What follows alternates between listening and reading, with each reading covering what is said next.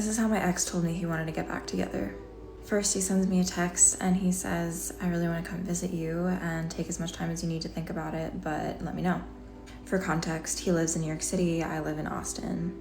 I texted him back right away and I said, I just need you to be extremely clear about your intentions and expectations for coming to see me. This is when he said he still wanted to live his life with me and he thought that the best way for us to figure it out was for us to just see each other in person. Immediately, I felt like this knife through my heart because I've been asking him to choose me for the last 2 years of our 8-year relationship. So of course, my ego is flattered, you could say, but my intuition was telling me that it's not time, not now, and possibly not ever. And my intuition is backed up by the fact that we don't really want the same things as far as the ways in which we love each other. I told him, look, I made a promise to myself that I was going to be single until the fall, and I'm not going to break that promise for anyone, especially not you. But over the next few days, I couldn't help but think about what my life would look like if we did get back together.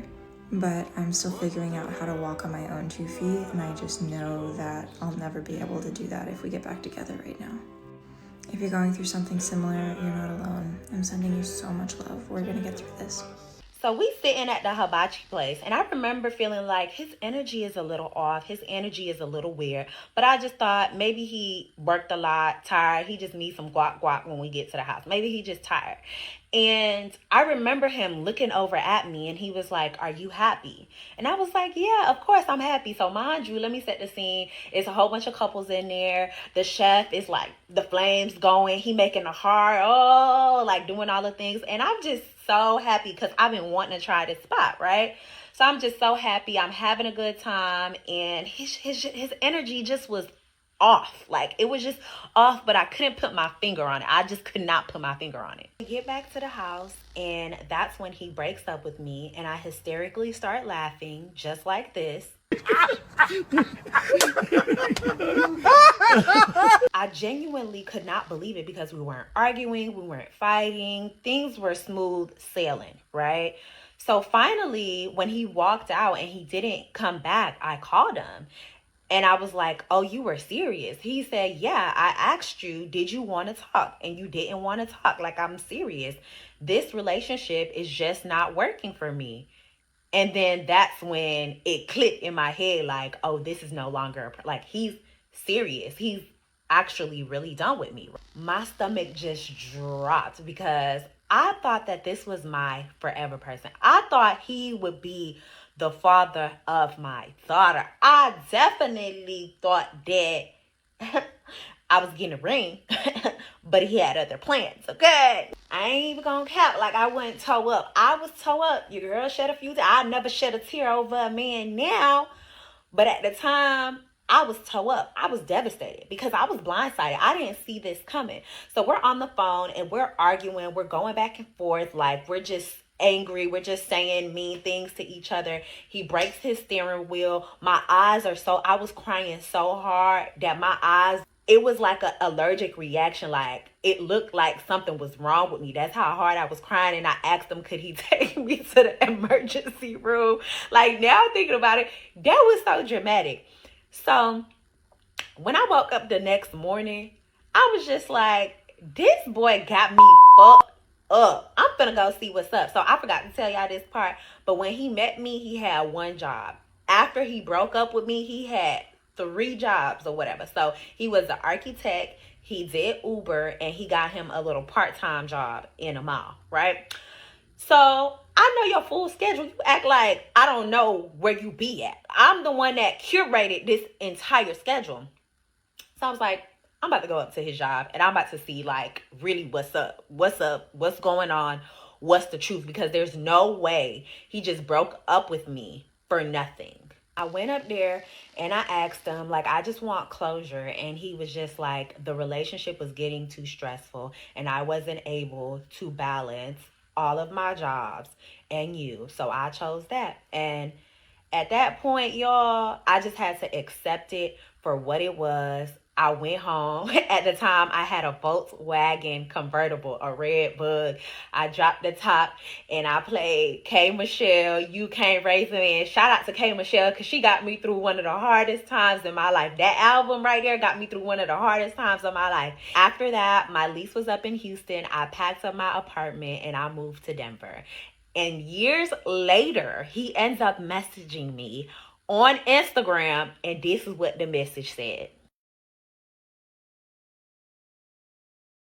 The breakup literally caught me off guard because leading up to that, we didn't even have any issues. Literally, after I told him to send over the documentation from the police station to Uber to tell them that case had been dismissed and they need to approve him to drive, he did that and they ended up approving him. And I remember one day he called me, he was like, babe, thank you so much for not letting me give up. They approved me. I'm so excited to drive. And I was so happy for him because literally he would call me and be like, oh, guess who I met today? Guess what I did today? Guess what I did today? And he was so excited and actually had something to look forward to. So then our relationship started to get better. But on the other hand, we spend less and less time together, which I was completely fine with because I had my own friends at the time. I also was working a 9 to 5. I had my own business and I was looking into going into law school. So I was fine with us spending less time. We just had to plan our dates, which I was fine with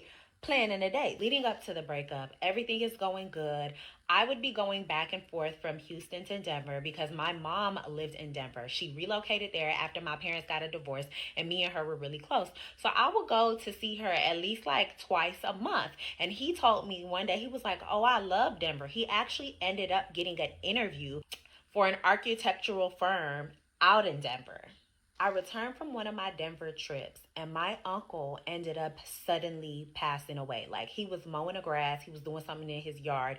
He had a heart attack and he just passed away. So I ended up staying in Houston for weeks for the funeral, for the wake, like all of the things. And of course, as my boyfriend, he knew all of these things were going on. So literally, shortly, it was probably like a week. Like literally a week after my uncle's funeral, he's like, "Hey, I have some time this weekend. I want to take you to do all of the things in the world that you want to do." So I'm thinking in my head, like, I have the best boyfriend, I have the most supportive partner, and I just start, I want to go to this hibachi place, I want to go do this, I want to go do that, I want to go do that. And he's like, cool, like, we're going to go do all of those things.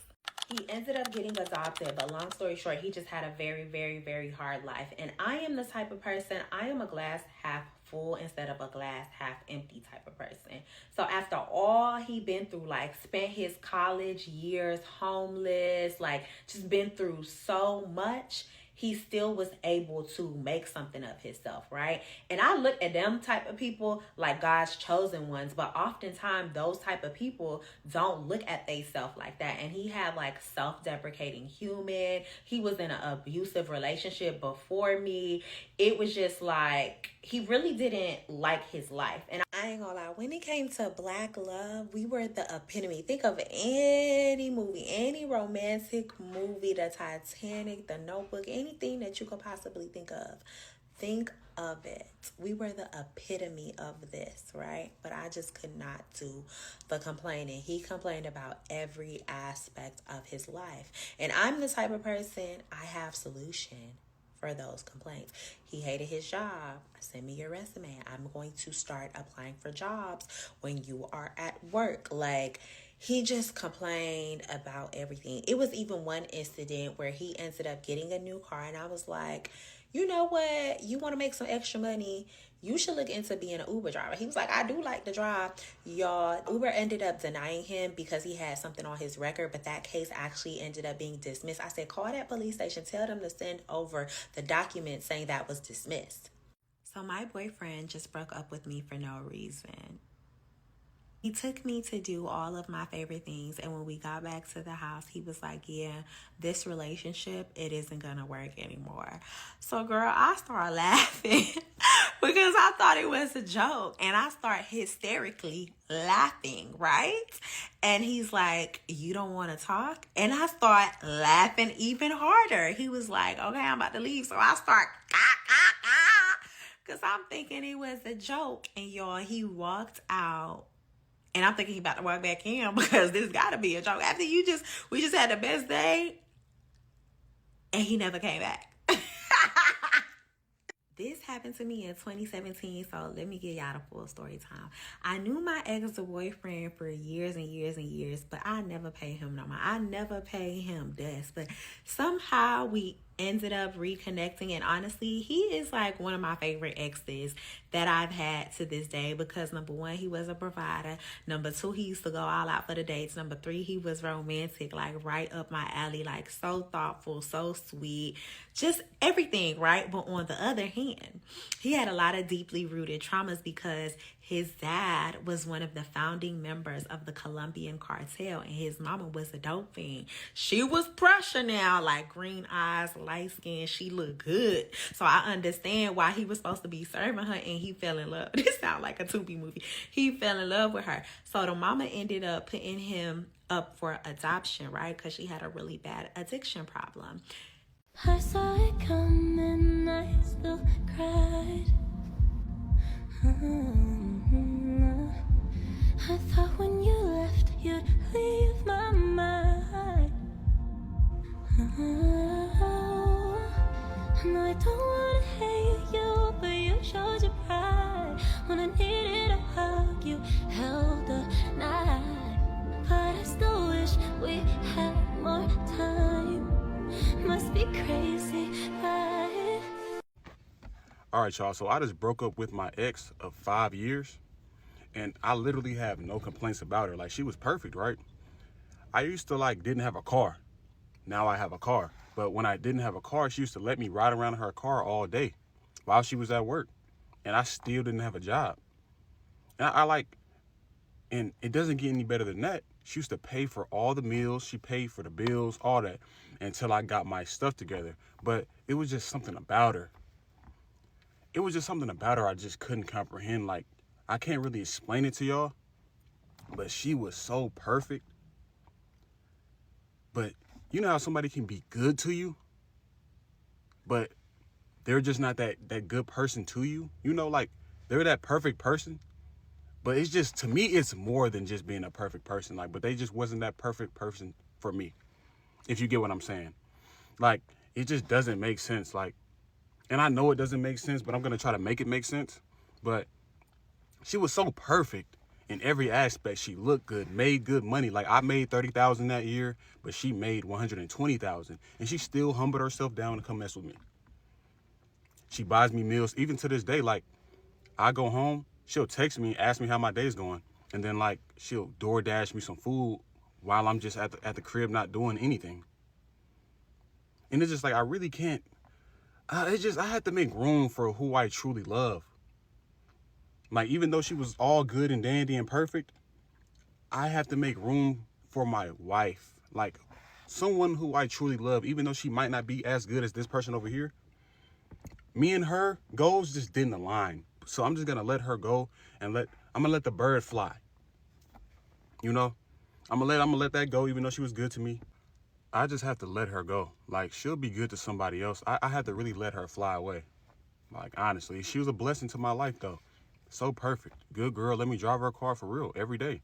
But she literally took care of me. She literally upped my standards. She upped my standards. So now, y'all know my standards were already high. She literally upped my standards. So now, y'all know what's going on. On to the next. I'm about to find my wife, y'all. For real. So anyways, after we broke up, this isn't the best thing I've ever done, but I started talking to one of my friend's exes. Like, I saw him at a New Year's party and I started talking to him and found out just how bad people can be. They had been broken up for 7 or 8 years. And me and my friend didn't really hang out that much or anything. It still wasn't good, but I did that. Anyways, I was totally unaware of what a narcissist was. I had no idea. No idea. Being with the same person for 10 years, I mean, it really wasn't a toxic relationship. We kind of just didn't communicate very well and swept everything under the rug. But for the most part, we weren't out cheating on each other, it wasn't bad, but it wasn't good. It was just settling, I guess. is a good word for it. We just kind of like settled for each other. I was trying to do big things, do more, and towards the end he got insecure, like towards the end of me finishing school. I think he thought that I was going to finish and get my degree and then like leave him, which I wasn't gonna do that, but I think that's what he thought. So his mindset, I think, was to leave me before I left him, and I kind of like clung on to that. So now when I talk to people, I'm like, I'm gonna leave you before you leave me, and it sucks. I need to work on that. Anyways, I talked to that guy, and he would like leave me unread for days and then text me, sorry, I was asleep, sorry, I've been busy. No one had ever done that to me before, and it was the strangest thing. So I started like looking up why I felt the way I felt and what it meant for him to like be doing stuff like that, because like when we talk, he'd be like, oh yeah, I really want to hang out and I really like you, come see me, come stay with me. And then he would like call me and stuff still randomly, and so it just made me think like, okay, like maybe he likes me and he really was just busy for days. Anyways, shortly found out what a narcissist was. I was not cool with that. I crashed out. I literally, oh my gosh. If you guys could see the paragraphs that I sent, I mean, this is when I just didn't know a thing. I sent paragraph after paragraph after paragraph telling him exactly how I felt and trying to ask him, why are you doing this? Like, you need to fix yourself. Like, there's something wrong with you. Obviously, that doesn't get you anywhere with anyone like that. It just made me look absolutely insane crazy, and I was. So after all of that nonsense, oh, what a time, I swore I was gay. I was bisexual before I even met my ex-boyfriend, but I was like, I'm gay. Like, I will never talk to a man again. Around this time, I got dating apps. I had never had a dating app before, didn't even know what it would be like, opened up a whole can of worms. And I went all out. I got Tinder, Hinge, Bumble, all the things, set it to women. Didn't know what love bombing was. I found that out as well very shortly after. Met one girl on Bumble maybe. Thought I was in love. Got my heart broken by a girl for the first time. That was 10 times worse than any man has ever broke my heart. So if you're thinking about switching to the other side, maybe don't, because girls are bad. If not, they might be worse than men, to be honest with you. Hung out with this girl, thought she was gonna be the love of my life, because you just connect with them so quickly. Went and saw her and hung out with her, stayed the night. Her phone was going off constantly. It was her ex. I didn't even know that was a red flag. I was like, oh, you know, like, okay, you're moving on, like, you're with me now, like, whatever. Okay, no, as soon as I left, on her snap, what is her picture, like, her hanging out with her ex literally the next day after talking all this shit, ignoring her. I was like, is this what it's gonna be like? Like, I haven't been dating for 10 years and this is what it's like? Oh gosh.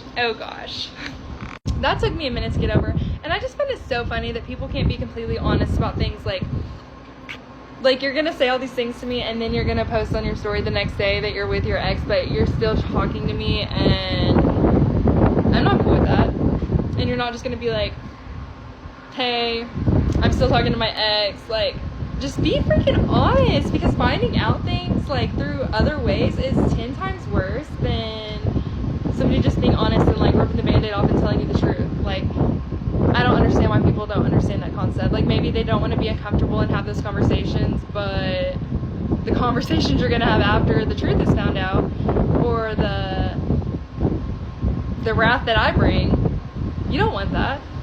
You do not want that. I would not publicly like call people out if they were honest and could have honest conversations. There would be no point. But if you're gonna lie about it, you deserve to be called out, because what are you doing? Hurting people like that. Like, what are you doing? Anyways, swore off men, was never gonna talk to him again. Met another girl after that. She broke my heart even way worse than that first one. Way worse. There's 3 girls that literally scarred me for life, and I don't even know what to say about it. Anyways, I got off on a whole like tangent about me. I may have to do a part 3 to go into my ex and his current wife. Anyways, he ended up moving in with her, getting engaged, using the dog that I bought, that was our dog, to propose to her. That hurt. That was crazy. And the reason we never got married is because I didn't really believe in marriage, and I didn't want kids because I was like too busy with school and just other things to like worry about having kids at that time. I don't know how I feel now, but it's kind of irrelevant. But when they got married very shortly after and got matching tattoos that said 2017, mind you, we dated 2014 to 2024, maybe the end of 23. It just gets better. Like one day early on, like whenever we had just like broke up, he came home and I'll skip a little part of that, but basically told me that they were trying to get pregnant and that she should be pregnant by now. Mind you, already went through menopause, 100 million % already went through menopause. I guess was maybe telling him that there's a possibility that she could get pregnant. I think I had to break the news to him. I don't even think I even said anything. I just said, oh, good for you. Like, knowing in my head how stupid it was, but like, I couldn't be the one to break the news to him, I don't think, but maybe I did. I don't know. And another, like, for sure way that I found out that he, like, had cheated on me was he had condoms in the side drawer. And my crazy ass went and counted them, and there was, like, one less. And I was like, at least he's using condoms. But I knew at that point that, I knew what it was. Side note, I also found in his drawer a card, a Valentine's card, that, said something about their grand meeting in 2017. I'm assuming whenever she went to the library to ask him if he would mow her lawn. It was like a Valentine's card. They literally erased like 7 years of our relationship. Like the way that they just pretended like 2017 was like when they met, and then basically started the relationship from there. Maybe they did have a secret relationship and I'm a dumbass. I know one time my sister was at the club, you know, while I'm at home studying, and saw them all hugged up on each other and came and told me about it. I don't know why I would ignore things like that. I was just too busy. I was just too busy with other things. I'm so dumb. And now, mentally, I'm at a place where, like, I have no dating apps. I don't, nope. You could not pay me to get on another one of those. I have, I went through some things, and, dating is not on my agenda. There's other things going on as to why I wouldn't be the person to date. But, basically, I'm good. I'm good for a little bit. I'm good. But I would probably, if I was to date someone again, I'd probably do girls again. I don't know though. Not girls that look like boys. That was my thing. I liked girls that look like boys. I'm not sure if I would go that route again. I actually just probably am asexual.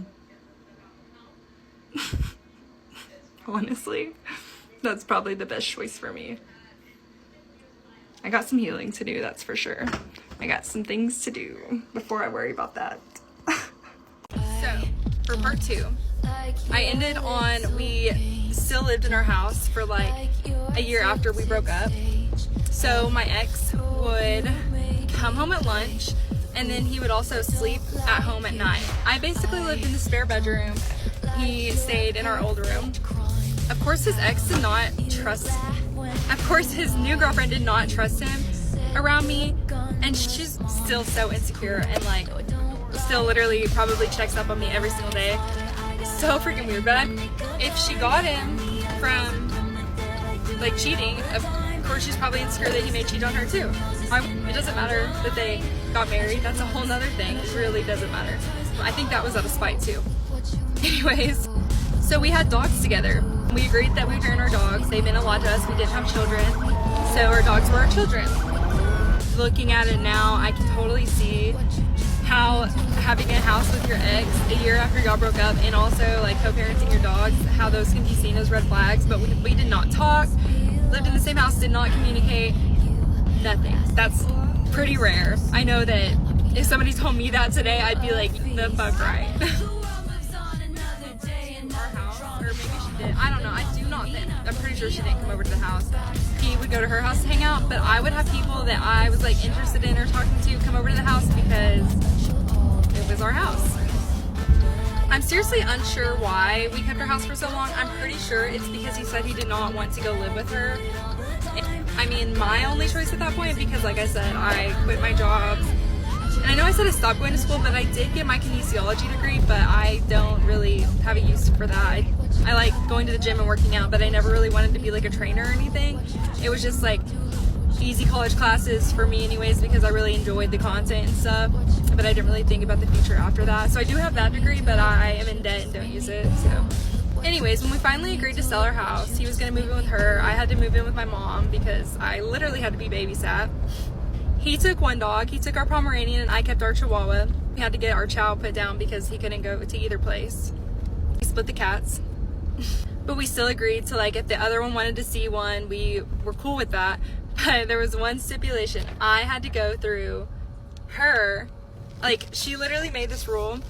If I wanted to get the dogs or anything, that I had to talk to her. I could not talk to him.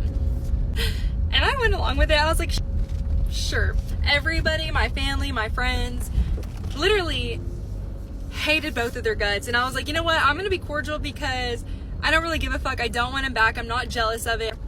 I don't care. Like, whatever happened, I don't care. We can only move forward from here. So if I wanted to get the dogs or communicate about the dogs, or if I was going on vacation or something, they would need to like watch the dogs, I would talk to her about it. That was fine. Let's rewind a little bit. Before we actually moved out of the house, the most toxic things I've ever heard of in my life started happening. I started hearing that they were getting in like yelling fights at bars and getting like banned and kicked out from multiple places. I'm pretty sure they can only go to like maybe 1 or 2 places in town now because of all like the stuff that's happened. She would like steal his keys at like the casino and stuff, and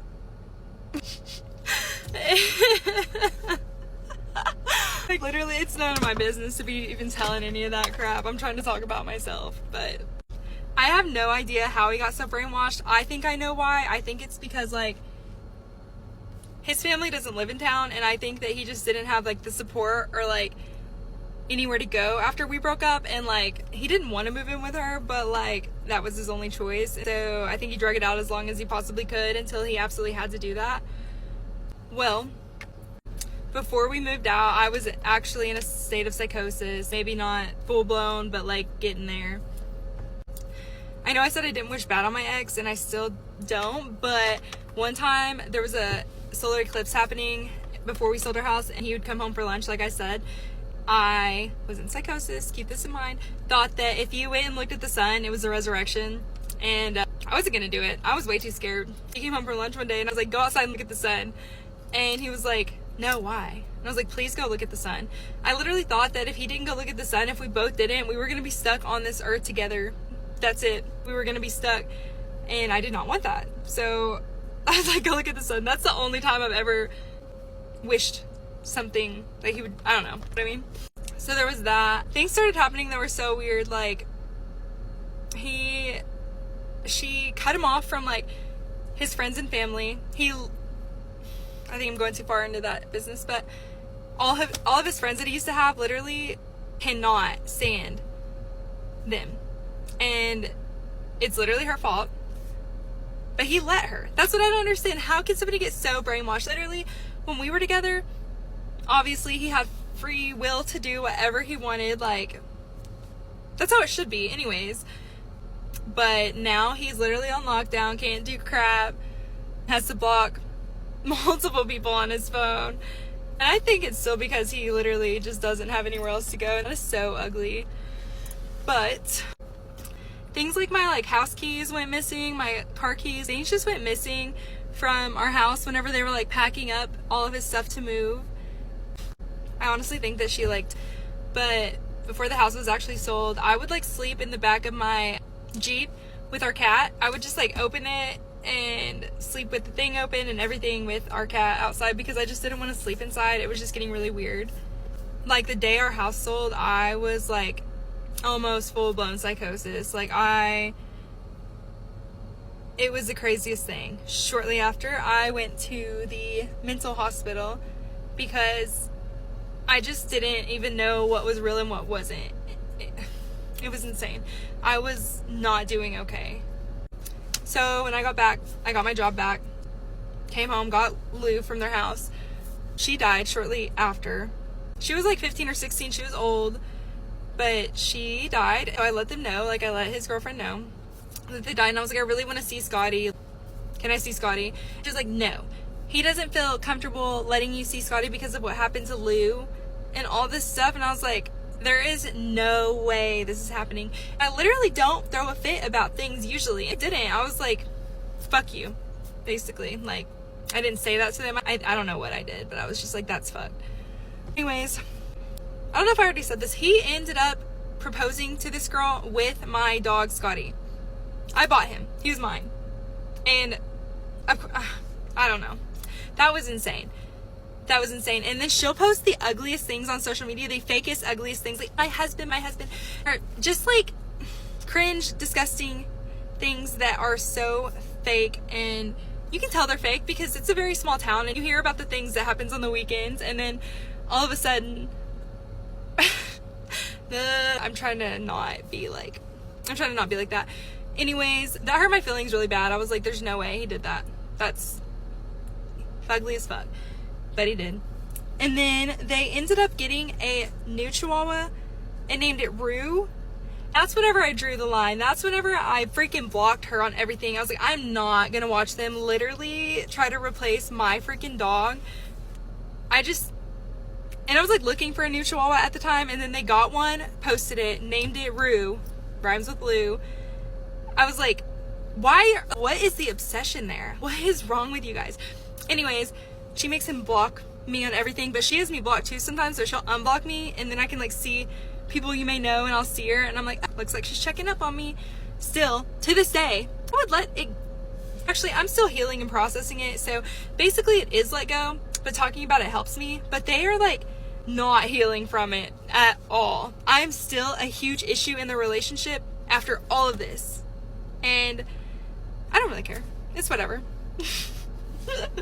That's what you get for the whole thing that happened. That's like, you're never going to be at peace with any of it at all. He never has healed from it. Never even tried. Anyways, video's too long. Okay, so I was going to go to the gym, but I don't really feel like it. So I went and got a sundae, and I'm going to have story time of how me and my ex of 10 years broke up. So I was a full-time college student, and I also worked pretty close to full-time, and I usually had 2 jobs. So I was in nursing school, I was a bartender, and I worked at a vet clinic as a vet assistant. Me and my ex met in 2014, and we didn't meet under the best circumstances, but somehow we made it work, and we got through a lot of crap. I suck at dates, but like fast forward to maybe like 2020, we ended up buying a house together, our first house. We were so proud. Like, we were so proud of ourselves. And I was always busy doing homework. Like, I literally never had time to do anything else. Like, nursing school is insane. And then having 2 jobs on top of that, like, it was a lot. So me and my ex both had our, like, things we like to do. But there was a spare room that I would go into to do my homework. And my ex always said, if we don't sleep in the same bed together, like, and go to sleep at night, like, he, like, had a problem with that. And I knew that. I'm not gonna lie. But at the same time, I would stay up until, like, 2 or 3 doing homework, and I didn't really want to, like, bother him, so I would just fall asleep in the spare room. I'm talking with my laptop on top of me, freaking notes everywhere. It was not a great time. But my ex liked to go out and drink. And honestly, at that time, I did not have a problem with it, because if he was out drinking and like doing his own thing and having fun with his friends, then I was like, I could justify it. Like, okay, well, I'm at home doing my homework. Like, at least he's not home and I don't feel bad about like not like being with him in the home. You know what I mean? So while he was out with his friends, I would be doing homework.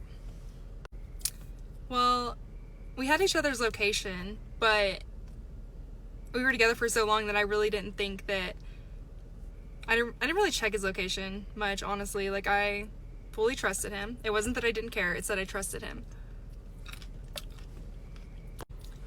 Well, I noticed that he had started like staying out all night, which was weird. He'd usually come home at night, but he stayed out somewhere all night.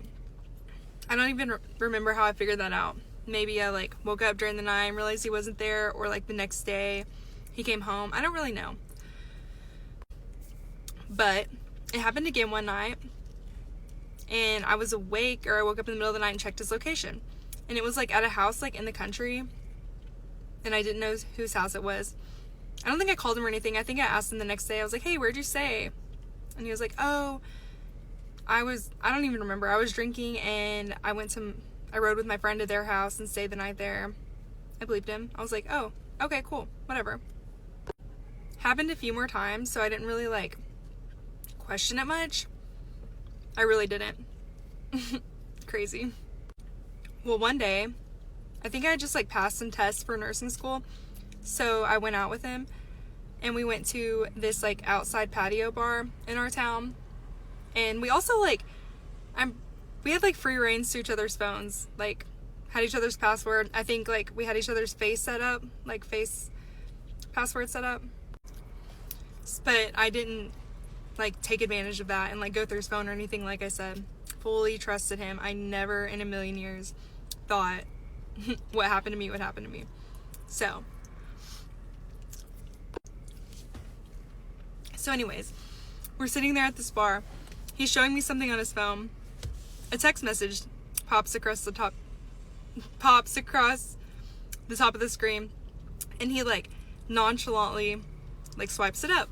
And I was like, it was an unsaved number. I was like, no, swipe that message down. So he did. And it literally said, what are the plans for tonight? And I just looked at him. I was like, who's that? And he said, the forbidden name. I won't say names just for this video. But he said the name, and I was like, oh really? How weird.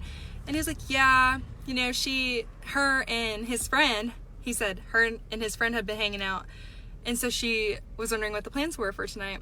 Immediately in my head, I knew what was going on, and I was like, oh, that's really weird, because so-and-so has his own phone that she could text and ask that to, so try again.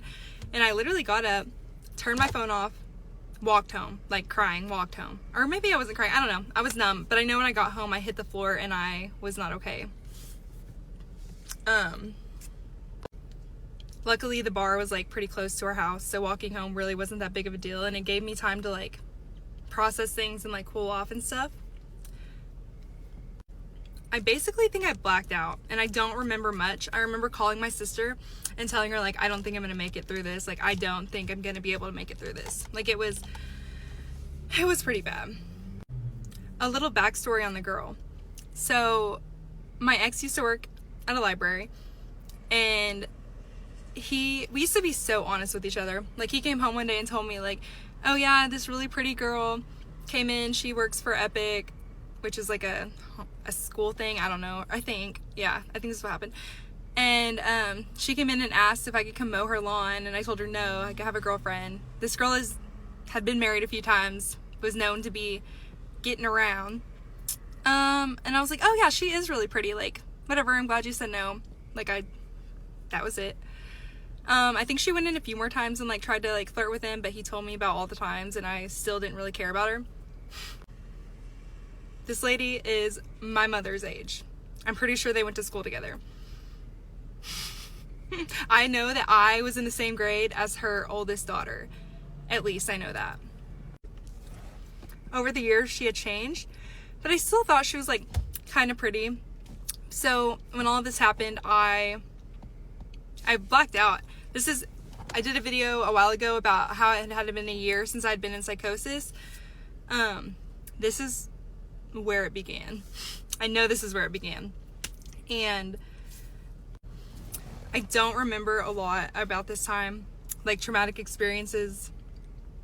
I can just like, I don't know what happens to them, but anyways, I remember saying one thing. I was like, at least she's kind of pretty. If I were you, I'd keep her because I will never take you back.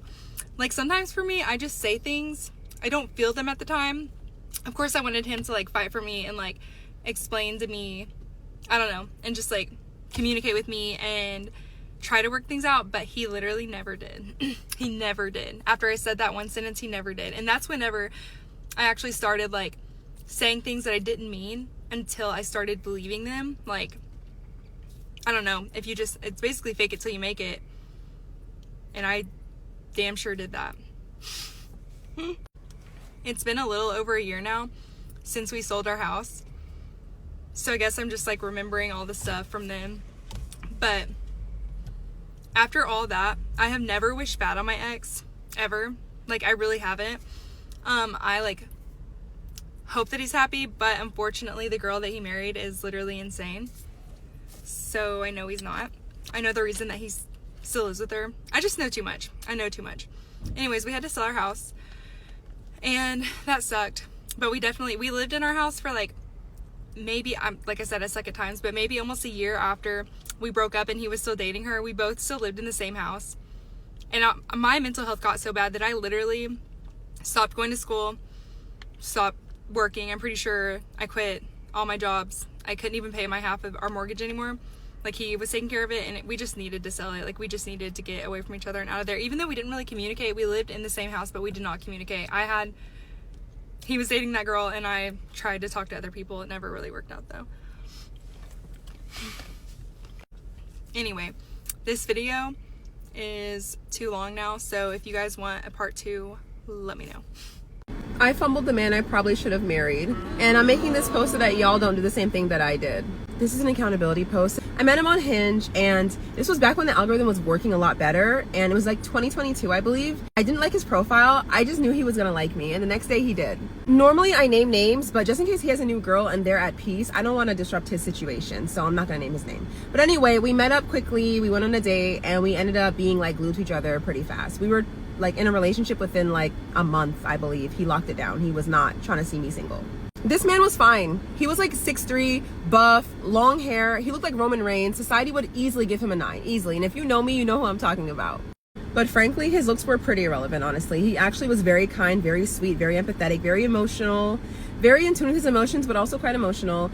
And, you know, he just had a lot of very positive traits. The number one being, he did not play about me at all. We went to brunch with his brother and sister-in-law, and they were kind of cold, like not really like, I don't know, warming up to me. And he called that out immediately. He was like, absolutely not. When his brother was not trying to get to know me after like we had met, he was like, can you put more effort in with Britt? Like, that's my girl. Like, put some respect on Britt's name. Like, he did not play about me at all. I had never in my life dated a man like that. I had never dated a man who was on my side. Like, who, like, I don't know, defended me. I've never had that before. He also impressed my parents. My mom liked him a lot. She said I broke his heart, and honestly, I agree. But yes, my parents liked him a lot. So we dated for like 6 months, and I kept feeling like something was just missing throughout the relationship. Like, something just felt like it was missing. And I would communicate that to him, like, oh, I like you a lot. I love you, but like, something's just missing. And I didn't know what it was, and this poor guy was just doing his best to try to figure out what was missing, like trying to make adjustments, but like he just couldn't figure it out, and neither could I, because I didn't have the self-awareness that I have now. What was missing was chaos. No matter how many adjustments he was willing to make, he couldn't adjust himself to become a chaotic, toxic man when he just wasn't that. And that's all I had ever been used to. You see, I had not taken the time to like truly heal myself after my relationship prior to him, which was with an abusive guy. Very abusive, emotionally avoidant guy. Emotionally unavailable, everything. Okay, I had not healed from that. Not enough to be with a person who was safe. And so one day when he pissed me off, I broke up with him like on a whim. Because the majority of my prior relationships were with like antagonistic men, I was not ready to receive someone who was safe and loving and kind and caring. Maybe I didn't think I deserved it. Maybe I couldn't recognize what it was. My nervous system didn't know what to do with safe. My parents were kind of emotionally unavailable. growing up in that dynamic, you kind of look for that in partners as well. So I ended up with emotionally unavailable men back to back to back. That brings me to my next point. For a while, what I felt like the relationship was lacking was him being a true leader. He would defer to me to make a lot of decisions because he felt like I was more intelligent than him. He would want me to like plan stuff. He would want me to just like make a lot of choices that I felt like the man should make. And I just didn't want to do that. I wanted like a leader in the way that I saw leader, how I viewed it. But like, knowing that he has weaknesses and that I have strengths, and then deferring to me where he's weak and letting him take the reins where he's strong is leadership. Like, okay, he could lead when it comes to protecting and providing and whatever, but he may have needed help with planning and stuff that he's not so good at. But I just couldn't see that at the time because I was dumb. I thought I needed 10 out of 10 boxes checked. But relationships are not found, they are built. Soulmates are built. Boxes can be built. If the person is at 7 or 8 and the last 2 need some work, you can meet them halfway. They can meet you halfway. Adjustments can be made. You don't have to break up. So though he had 8 of my 10 boxes, I was still too traumatized to accept him. I couldn't regulate my own nervous system fully yet. I had gotten to that point at 25 and met a very abusive man at 26, and I lost all my progress. So I still needed chaos, and I ruined it. The next guy I dated after that ended up being another avoidant who was emotionally unavailable and ended up breaking my heart worse than anybody else I'd ever experienced in my entire life. So I got my karma pretty fast, I guess. Let this be a lesson. If you've met someone who's good, they protect you well, they show up, they love you, but you feel like something's missing or something feels off or whatever the case may be, or it feels boring, make sure that something is not just the trauma that you're used to. Make sure that, you have healed enough to even receive what they're offering you. You don't need a perfect man. You just need a man that checks enough boxes that you can work with the rest. Anyway, that angel wasn't even on social media like that, so he'll probably never see this, but still, if you do see this, I hope you're doing great.